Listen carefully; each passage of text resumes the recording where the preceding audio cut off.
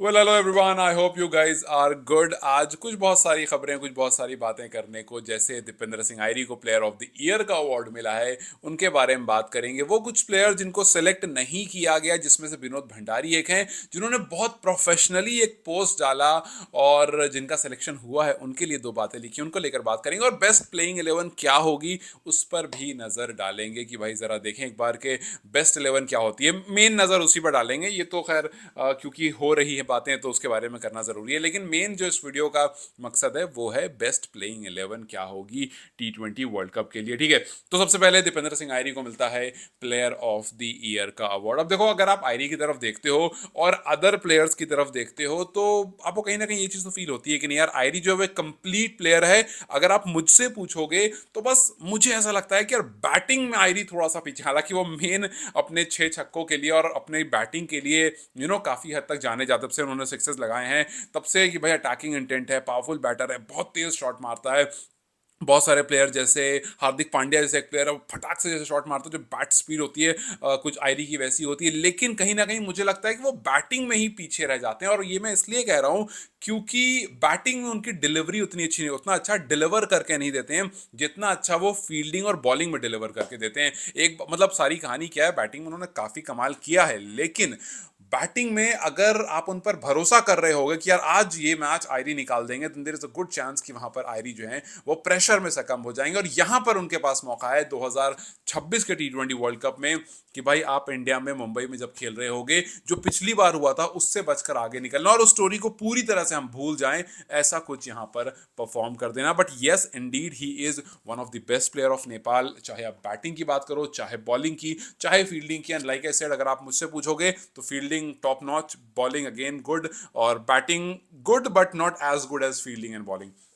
तो हम ये अपना ऑब्जर्वेशन है मेरा अभी रिसेंट टाइम्स में जो उन्होंने डिलीवर किया है अपने बैट से, उसको लेकर के। यस, पिछले एनपीएल में ही was amazing with bat as well, और वैसे भी वो काफी अच्छे रहे हैं, इस वजह से उनको प्लेयर ऑफ द ईयर का अवार्ड मिला। लेकिन मेरी अपनी जो अंडरस्टैंडिंग है बैटिंग, बॉलिंग और फील्डिंग तीनों को लेकर के, उसमें ऑब्वियसली फील्डिंग में वो बहुत अच्छे हैं और बॉलिंग में ही has been good, but batting में मुझे लगता है कि और कुछ है वो कर सकते हैं और वो अपने बेस्ट पर अभी नहीं पहुंचे। This is my observation to Dipendra Singh Airee. ठीक है, और प्लेयर्स के बारे में बात करते हैं। जैसे विनोद भंडारी ने बड़ा अच्छा सा एक पोस्ट डाला जिसमें उन्होंने लिखा कि भाई कौन जर्सी पहन के जाता है, मैटर ये नहीं करता है, मैटर ये करता है कि आप नेपाल को रिप्रेजेंट कर रहे हो। मैं नहीं गया, कोई बात नहीं, जो इनको मौका मिला है उनके लिए गुड लक, और वो पूरे कंपैशन से, पूरे अच्छे से खेलें, वहां जाकर अपने आप को प्रूव करें, अच्छा गेम करें। मतलब उन्होंने एक बड़ा पॉजिटिव सा मैसेज करा रखा कि भाई कोई बात नहीं, मेरा सिलेक्शन नहीं हुआ, जिनका हुआ उनके लिए खुश हैं, और जिनका हुआ उनको सारी वेल विशेज है।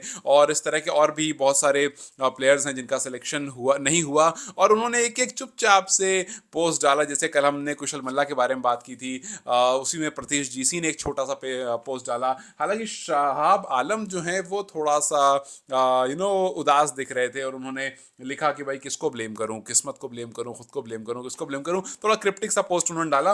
बट अच्छी बात यह है कि कोई गुस्सा और फ्रस्ट्रेशन नहीं दिखा रहा था बोर्ड के ऊपर, और सबने इसको अच्छी तरह से एक्सेप्ट किया कि चलो ठीक है, सिलेक्शन हुआ, जिनका नहीं हुआ वो मेहनत करके अगली बार पहुंचेंगे। अब सिलेक्शन तो हो गया, अब इस सिलेक्शन में कौन से वो बेस्ट 11 होंगे जो खेलने के लिए उतरेंगे, इन पर सबसे पहली और सबसे इंपॉर्टेंट नज़र मेरे ख्याल से सभी की होगी। तो यस, उसको लेकर के बात कर लेते हैं। अगर आप पूरी टीम की तरफ देखोगे तो काफ़ी ऑब्वियस है कि यार आप कुशल बुटेल और आसिफ से ही स्टार्ट कराओगे। रीज़न बीइंग वही स्टार्ट करते आ रहे हैं काफ़ी टाइम से, और अच्छा तो मैं नहीं कहूँगा कि बहुत अच्छा किया है पास्ट में, बट ये कहूँगा कि नेपाल के लिए जो परफॉर्मेंसेज आई हैं वो इनकी तरफ से ही आई हैं। तो आप मुड़ करके नए प्लेयर को, वैसे हाँ आप ये कह सकते हो कि इस T20 वर्ल्ड कप में अगर कुछ बहुत अच्छा नहीं हुआ तो आगे फिर नेपाल जो है वो एक नए माइंडसेट से जाए, जो वो पिछले साल कर सकते थे बट उन्होंने नहीं किया।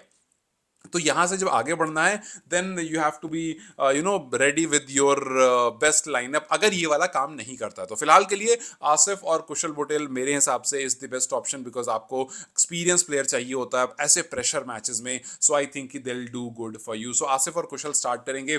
फिर उसके बाद Rohit, obviously the captain Rohit. हालांकि रोहित नीचे आते हैं, बट मुझे लगता है रोहित के नीचे आने, मतलब काफी लोग ये कहते हैं कि रोहित को और नीचे आना चाहिए, दूसरे प्लेयर को ऊपर भेजना चाहिए। मेरे हिसाब से रोहित नीचे आकर अगर because we all know Rohit के का जो सबसे बड़ा माइनस पॉइंट है वो ये कि वो तेज नहीं खेल पाते हैं बहुत ज़्यादा। हालांकि हमने देखा था उनको एनपीएल के आखिर वाले मैचेस में वो थोड़ा तेज तर्रार खेल रहे थे, बट स्टिल रोहित को लेकर के एक ये कहानी ज़रूर है। लेकिन मुझे लगता है मुंबई के मैदान में रोहित बेहतर होगा कि वो तीसरे नंबर पर ही आए। उसके बाद जो चौथा नंबर है, यहाँ पर बहुत सारे प्लेयर हैं जो लाइन में लगे हुए हैं, और मेरे हिसाब से इनमें से जो मैं तीन नाम लेने वाला हूँ इनमें से किसी एक को ही जगह मिलेगी। सबसे पहले संदीप जोरा। यस, गुड गाय, अच्छा प्लेयर है, परफॉर्मेंस अच्छी है, बट उनके साथ ऑप्शन में मुझे लगता है आरिफ भी खड़े होंगे, उनके साथ ऑप्शन में मुझे लगता है बशीर अहमद भी खड़े होंगे।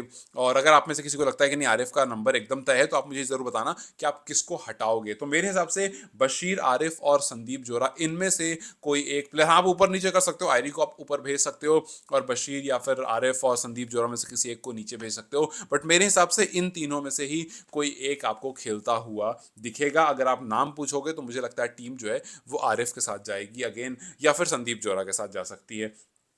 अगला नाम Dipendra Singh Airee, obviously the vice captain, player of the year, वो टीम में होंगे ही। उसके बाद गुलशन झा ने अभी रिसेंट टाइम्स में जो परफॉर्मेंस अपनी दी है, आकर के आखिर के 10 बॉल 5 बॉल में आकर के बहुत 6 बॉल में 18 रन मार देना, 5 बॉल में 21 रन मार देना, ये जो उनकी परफॉर्मेंस रही है, इस परफॉर्मेंस को टीम वहां पर चाहेगी। मुंबई के उस मैदान में आप चाहोगे कि अगर नेपाल के नेपाल के 2-3 प्लेयर आउट हो गए हैं और फिर लास्ट के ओवर्स का 4-5 ओवर बच रहे हैं, तो आप चाहोगे वहां पर गुलशन आए और तेज तर्रार मारते हुए वो 4-5 छक्के लगा करके, जो पिछले हमने कुछ टाइम से गुलशन को करते हुए देखा है। सो इस वजह से मैं गुलशन को टीम में भी रखूंगा, और थोड़ा सा पेस वाली पिच होगी तो आप चाहो तो उनके हाथ में भी बॉल दे सकते हो। सो इस वजह से गुलशन विल बी इन माई 11। उसके बाद संदीप लामिछाने अनडाउटेडली टीम में होंगे। फिर अगला नाम होगा शेरमला का। यस, आई नो के बहुत लोग ललित राजवंशी को बैक करेंगे, बट मेरे हिसाब से यहाँ पर ललित से ज़्यादा शेरमला, जिस तरह से जो मिस्ट्री उनकी है, जिस मिस्ट्री से उन्होंने एनपीएल में कमाल किया, आई होप कि वो मिस्ट्री उनकी बरकरार रहे। क्योंकि सबसे बड़ी प्रॉब्लम ये है शेरमला के साथ कि जब तक वो बॉल डाल रहे होते हैं अपनी, जहां भी उनको एक आध दो सिक्सेस पड़ते हैं, ये हमने देखा है कि उनकी बॉल का जो लेंथ है वो खराब हो जाता है। अभी रिसेंट आप जाके एनपीएल के लास्ट 2-3 मैच देख लो, आप ये चीज नोटिस करोगे, एक आध उनको सिक्स पड़ा, फिर उनकी लाइन जो है वो आगे पीछे हो जाती है,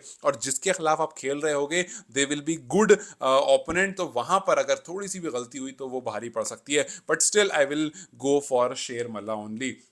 फिर उसके बाद करण केसी, सोमपाल कामी, नंदन यादव, पेसर में और कोई ज़्यादा इसमें ऑप्शन है भी नहीं वैसे आपके पास। तो मुझे लगता है कि आप मुंबई में आप जाओगे सभी पेसर के लिए, सभी इनके लिए। तो अगर आप टीम की तरफ, हाँ इसमें एक मसला ज़रूर है, इस वाली 11 में एक मसला ज़रूर है कि बैटिंग डेप्थ आपको नहीं मिल रहा है। आप खुद देखो कि अगर आप इसके साथ जाते हो, नहीं तो फिर आपके पास एक ऑप्शन है कि भाई आप करण केसी या सोमपाल किसी एक को आप बाहर करोगे, और फिर आप किसी एक एक और बैटर को ऐड करके गुलशन को फुल फ्लेजेड 4 ओवर के लिए रखोगे। ये थोड़ा सा रिस्की है, बट ये एक ऑप्शन आपके पास जरूर है। क्योंकि अगर आप इसमें देखते हो तो आसिफ, कुशल, रोहित, लेट्स से आरिफ है, संदीप जोरा, दीपेंद्र सिंह आयरी, गुलशन, तो मतलब 6 बैटर के साथ वहां उतरना काफी रिस्की हो जाएगा। आपको एक और एडिशनल बैटर चाहिए होगा, और अगर आप एक और एडिशनल बैटर लगाते हो वहां पर, तो आपको नीचे से एक बॉलर को माइनस करना पड़ेगा। ये भी हो सकता है कि आप शेर मला को ही माइनस कर दो। There is a very good chance कि आप ये भी देखो कि संदीप ही सिर्फ उतरे हैं और दूसरा स्पिनर नहीं उतरा है, और वहां पर आपने एक और बैटर को फिट इन कर दिया। रीजन भी वो पिच वैसी नहीं है जो आपको बहुत ज्यादा स्पिन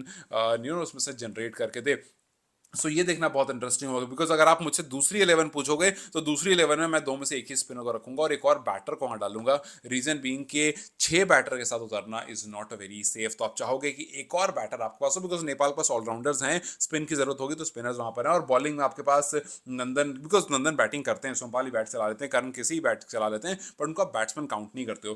तो नंदन, सोमपाल, करण 3 बॉलर आपके ये हो गए, संदीप चौथा बॉलर हो गया, गुलशन के साथ आपको पूरा पूरा जाना पड़ेगा, गुलशन आपका 5th बॉलर। जरूरत पड़ने पर बीच में आकर के आयरी भी 1-2 ओवर डाल सकते हैं, अगर आपको लगता है कि मिडिल ओवर में 1-2 फिलर की तरह आपको डालना है और गुलशन से 4 ना करा करके 3 या फिर 2 ही ओवर कराने। ये एक ऑप्शन है, चाहे तो आप ये 11 रखो, और नहीं तो फिर आपको शेरमला को अंदर डालना पड़ेगा, विच आई डोंट थिंक आप हर मैच में देखोगे। मुझे लगता है कि आप एक आध दो मैच में ऐसा देखोगे, और हो सकता है शुरुआत के ही मैचेस में देख लो कि भाई 3 मेन पेसर आपके साथ रहें, गुलशन को आप चौथे पेसर की तरह रखो और एक आपके साथ संदीप रहें, और फिर उसके बाद आप एक और वहाँ पर बैटर को ऐड कर लो, चाहे आप उसमें संदीप जोरा को ऐड करो, आरिफ को ऐड करो, बशीर को वहाँ पर नीचे ऐड कर लो, बिकॉज बशीर काफ़ी इंटरेस्टिंग फैक्टर है इस टीम के। तो देखना ये काफ़ी इंटरेस्टिंग होगा। और आई नो कि ललित राजवंशी और लोकेश बाम भी हैं, बट मुझे लगता है कि चांसेस जो हैं इस पर्टिकुलर पिच पर ललित के कम होंगे, या फिर ललित या उसमें से कोई एक होंगे। बट देखना अब ये ज़रूरी होगा कि मेरे हिसाब से अगर आप मुझसे पूछो, जो मैंने आपको 2 11 बताई,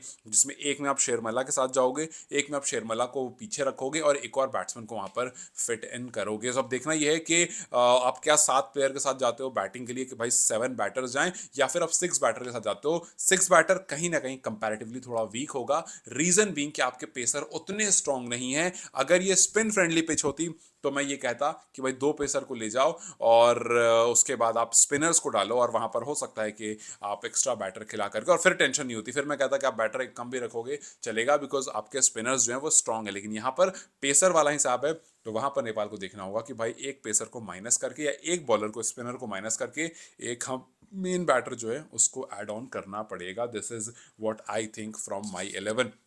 आपके हिसाब से व्हाट डू यू थिंक, क्या आप तीनों पेसर के साथ जाओगे? बिकॉज मैं तो तीनों पेसर के साथ जा रहा हूँ। क्या आप अपनी 11 में तीनों पेसर को लेकर के उतरोगे, या फिर आप अपनी 11 में एक पेसर को पीछे करोगे और एक बैट्समैन को वहां डालोगे और शेर मला को मैंडेटरी टीम में रखोगे? रीजन बीइंग कि वो एक मिस्ट्री स्पिनर है, एक मिस्ट्री स्पिनर टीम को बहुत हेल्प करता है। सो आपके हिसाब से क्या ये मिस्ट्री स्पिनर टीम के साथ 4 के 4 मैच में रहेंगे, या फिर आप कुछ मैचेस में एक बैट्समैन को इन होते हुए देखोगे और मिस्ट्री स्पिनर को बाहर जाते हुए देखोगे? मुझे अपनी 11 ज़रूर बताएं, और मुझे अपनी इस पर राय ज़रूर बताएं कि भाई मुंबई के मैदान में आप क्या 3 पेसर्स के साथ उतरना प्रेफर करोगे या नहीं करोगे। Do let me comment section. Till then you guys take care, I will see you in another video. Bye bye.